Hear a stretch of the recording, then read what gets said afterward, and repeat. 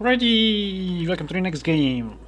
So guys, right now we are actually commenting on an unusual game, and this time it's not going to be fastest map as usual. I'm only commenting fastest map games basically, but this time, yeah, there was a request from Crackling, and he was asking basically if I would just comment this game.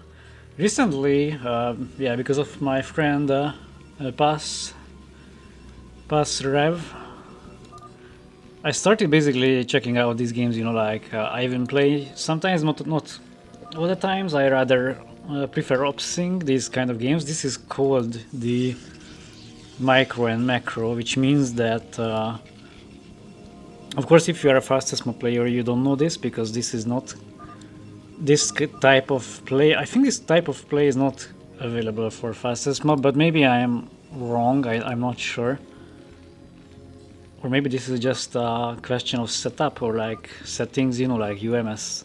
Never mind. Okay, I will ask Pass after this. Anyway, what micro and macro means is that there is one player who is handling the macro part, like he's the one who builds the buildings, he's the one who is mining and so on, and then the micro part is for that person who is handling the units. And basically the micro person doesn't have to do anything until the units are available. So once the macro guy finished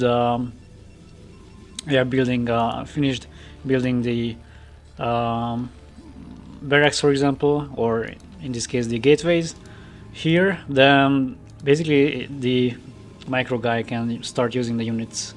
Once the marines or the zealots are available, then they can just control, and they don't have to do anything else. They don't have to focus on making new bases, they don't have to focus on mining or anything. They cannot even control the workers. So the workers are only controlled by the macro player, and the units are only controlled by the micro player. So yeah, it's very nice. I like it. I like that. The main thing here is that you can actually practice both aspects of the game. Like you can practice the micro, you can practice the macro, and so on. Yeah, and here basically the blue player playing the blue Protoss is Cellbit, and the red Terran is played by Barcode, who is Red Clozo. And I have to find out. So basically, yeah, normally this is 2 versus 2, which means that it's still a 1 against 1. Just of course it's controlled by 2 players. But this time there are, I think, yeah, I think this time there are basically 2 players as micro players. This is the first time. Yeah, unfortunately this is not the best occasion for commenting this game, because I only saw this game played by 4 persons, so 2 macro, 2 micro. But this time we have one macro person and 2 micro, if I see it correctly. And basically the first we will find out, of course. So I think red and green and orange are together, of course, and yeah, blue, purple, and brown are playing the Protoss, basically. So yeah, the Terran player is now sending the Marine to scout. This was a PvT, so the guys, of course, knew each other's race, and both of them started out with an extra base in the natural, so this is now 2 base against 2 base play. But of course Protoss has to get a 3rd base. Like Protoss always has to have 1 more base than the Terran. And this time it's a quick robotics facility, so the Protoss player is not really going for Dark Templars or any crazy fast decks like carriers and so on. Of course it will be too fast, but yeah, if you're crazy, you can do that. Anyway, yeah, I have to say that, of course, I am more experienced in fastest map gameplay and commentary, but this is also nice. And yeah, earlier I was thinking like, why these maps are called low maps? You know, like we always refer to these maps as low maps, and then for me it was so strange. And then of course, I think the solution is very simple. It's because it's low money, so you have low money. But based on this logic, the fastest maps should be called high maps. And yeah, it's like, hi, what kind of maps do you play? You know, high maps. Why? Are you high? Why playing? Like, you really? Anyway, and then based on this logic, you know, fastest map is called fastest map because it's like things are happening very fast. Then, based on this logic, this should be called slowest map. I will call this map slowest maps. Slowest. Slowest. So anyway, the Protoss player was, of course, just checking out, going there with the goons. He didn't have upgrades for the range, so of course he couldn't shoot the bunker, and the Terran already has a tank available, so of course this attack would have been pushed back, and Protoss is already preparing the third base basically, and he's also having his own observer anytime soon. You just need the observer against the mines that the vultures are placing.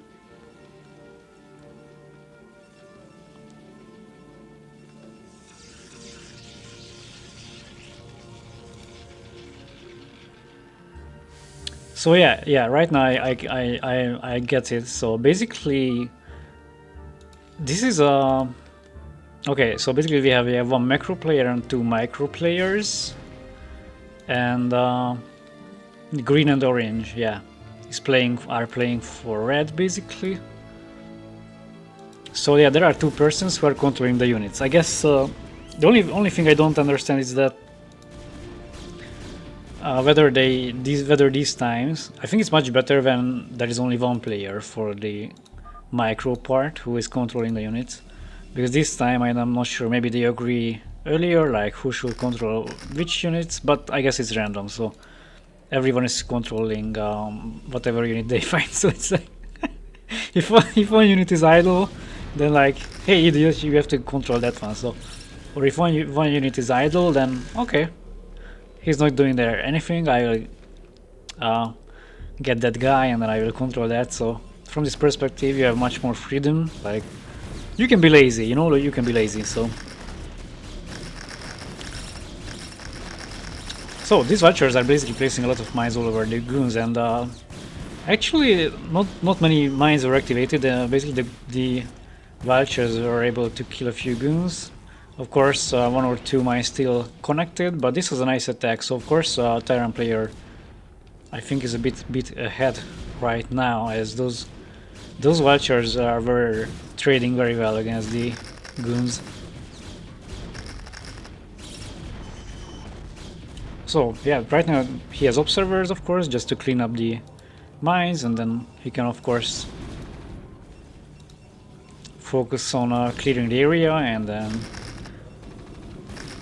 just preparing for an attack, because of course the Protoss player has to put pressure on the Terran player, especially in the beginning of the game, and they shouldn't let him grow. If you let the Terran player grow, then of course time is working better for the time is working for the Terran player in this case, because once they have free upgrades, then it's very hard to beat the Terran army.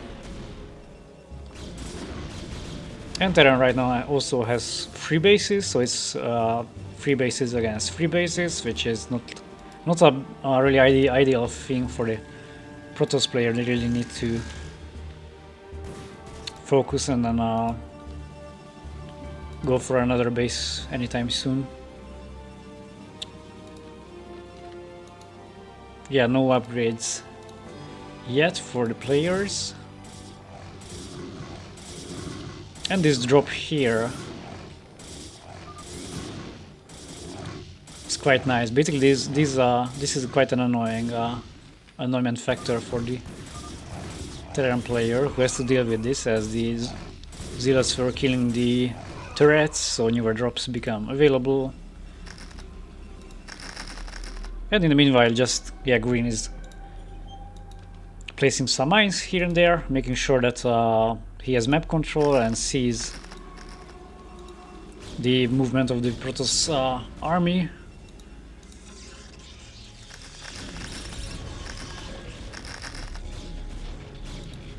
Of course, once a Protoss player has an observer, these mines are rather like scouting mines. Of course, they can also slow down the army, but yeah, these are rather for scouting purposes mostly.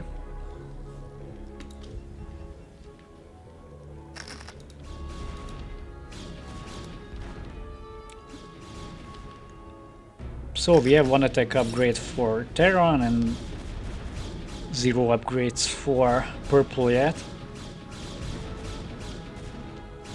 Who is just massing on goons, and basically it's goons are very nice at this phase of the game when tanks are not out yet. So basically Terran is really focusing now on mass vultures, and of course the answer to that is mass goons. Rivers are also fine. So the Terran player is really just focusing on placing mines wherever they can, checking for extra bases of blue and trying to get some intel and so on. So the vultures are now on top of the goons, and the goons have to retreat. Lots of mines are also planes being via, so this is looking quite good for the vultures, as they are really pushing back the goons, and basically this enables Terran to expand and get more and more bases, which is of course required as Terran is expensive. So many people think that Terran is cheap. It's actually not true. So I think that even in fastest map, Terran is like expensive, because what you don't consider is the price of factory is 200, not 150 as the gateway. Tanks are more expensive than zealots, so yeah, Terran is like quite expensive. But of course, if you are going for bio, it's cheap, so it depends.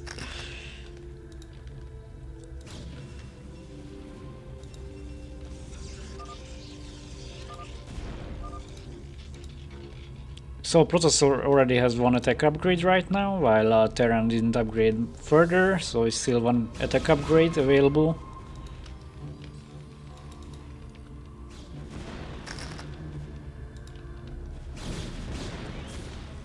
And purple is just trying to focus on this area, as this is the latest base for Terran. So of course I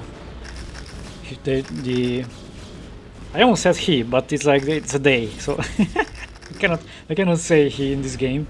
It's like, yeah, that's why I'm also not commenting multiplayer or like 2 versus 2 or 3 versus 3 on fastest map as well, because I don't really like that, to be honest. It's like better to focus on 2 players. But yeah, anyway, it's a day, so yeah, they are focusing on this base, and they are doing a nice job. So the goons cleared this command center will die, of course, and a newer base was denied for Terran, but this little attack is also cancelled by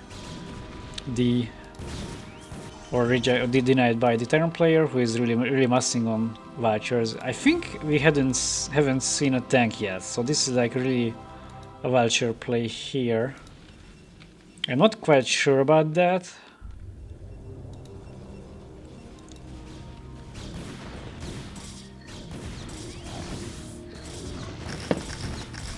Of course, tanks will be more effective against the dragoons, but I guess they are going mass vultures because there are 2 players to control the units, and then it's like it's much easier to split the vultures. Of course, vultures are you really have to pay attention to them. You cannot just simply send them to fight, because they are very weak, so they die fast, and of course you have to pay attention on placing mines, microing them. So that's why having 2 players is good for the vultures, I guess.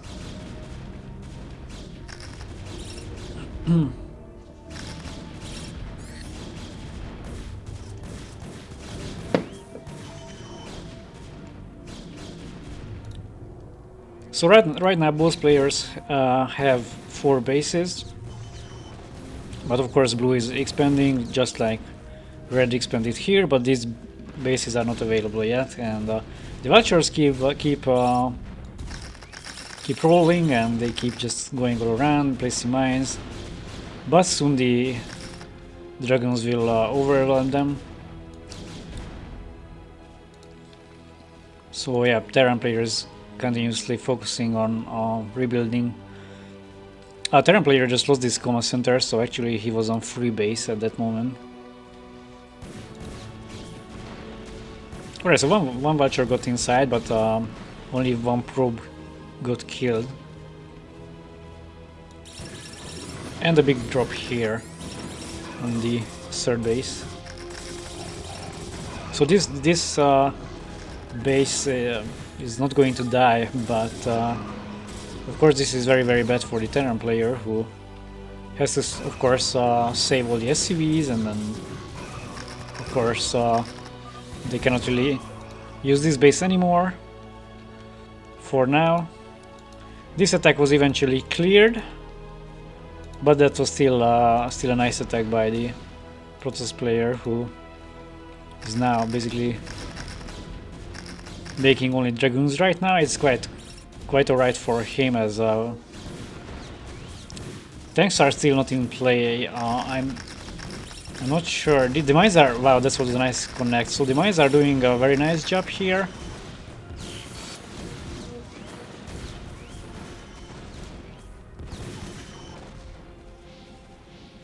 And right now some zealots are also mixed, which is very nice, as of course if zealots are attacking first, they are taking the damage, then the goons in the background can focus better on the vultures.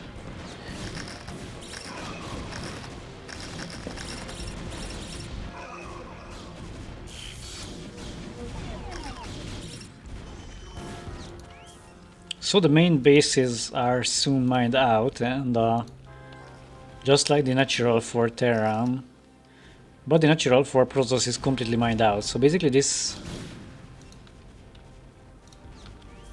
means that the Protoss player has to really focus on the expansion right now.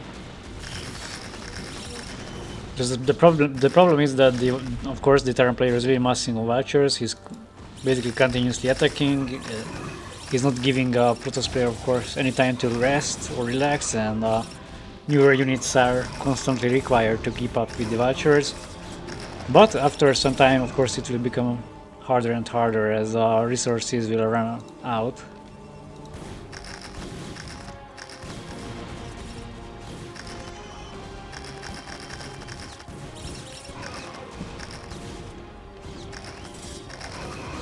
But yeah, the Terran player is really doing a good job. I think I have never seen such a game where mass vultures were used. And basically dominating the game. So normally what you see is tanks and glides, but this time it was mass vultures.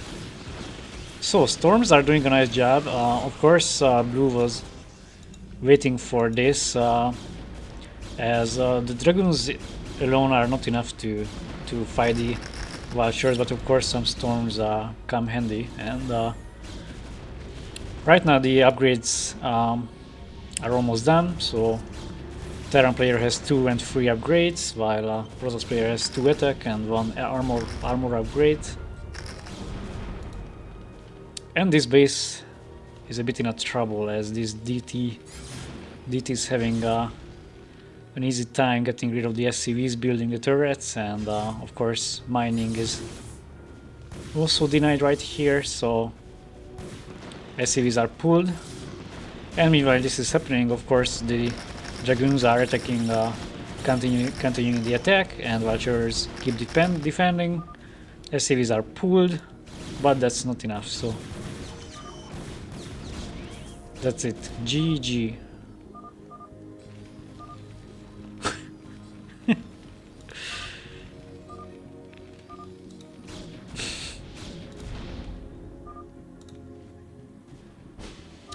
Alright, thanks for watching, this is GG.